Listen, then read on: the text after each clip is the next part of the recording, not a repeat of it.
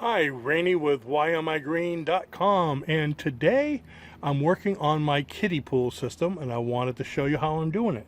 So let me put this down here. You can see I started working on my grow bags over there. I actually mixed all the soil proper this morning and got quite a few of them here. Let's see, 1, 2, 3, 4, 5, 6, 7, 8, 9, 10, 20. I got about 30 grow bags. And here's what I'm doing now. Okay. Hopefully you can see me from here. And what I'm doing is getting my pools ready. I put a hole with a grommet in there for the tubing. So let me show you how I did this.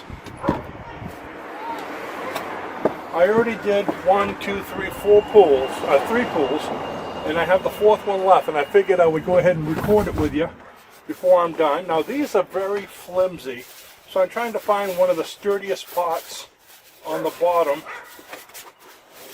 You can see how they're bending and puckering. Okay, right there's a nice spot where I can make the hole. So I have this, and I think this is a 1/2 inch, let's see, 7/8 inch drill, and I'm going to make a hole right here. And make it about maybe 1 inch from the bottom.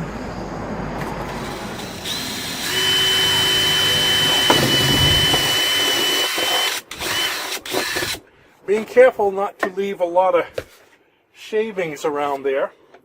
And then what I do is take one of these 1/2 inch grommets and gently work it in the hole.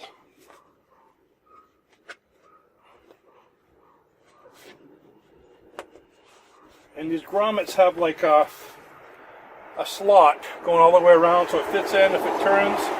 See, the thing is, it's turning so freely, I'm hoping it's not going to leak after. But this T helps to hold this stronger.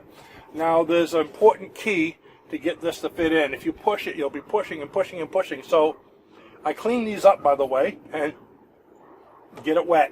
And we put it in here. And push it in so it just comes out the other side, and we're all set. Now how this is going to work is, well, let me show you closer, see how this looks. Hopefully you can see that. The reason I keep on saying hopefully is it's so sunny out here that I cannot see what's going on the camera myself. So I'm going to move some of this stuff over. I'm going to make another hole, a drain hole, on just one of the pools, about maybe 2.5 inches high, about right here. Just a small little, I don't even know the size of a drill, probably like an 1/8 inch.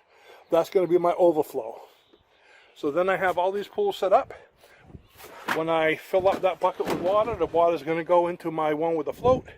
From the float, it's going to go into each individual swimming pool until each one of them has about 1.5 inches of water. That's how high the float goes, 1 inch, 1.5 inches. I'll adjust it by either lifting the float bucket or lower it down, so it has about 1.5 inches of water, and it'll stay that way as the water evaporates or gets soaked into the batch, because each one of these pools is going to have 5 of my 5-gallon grow bags.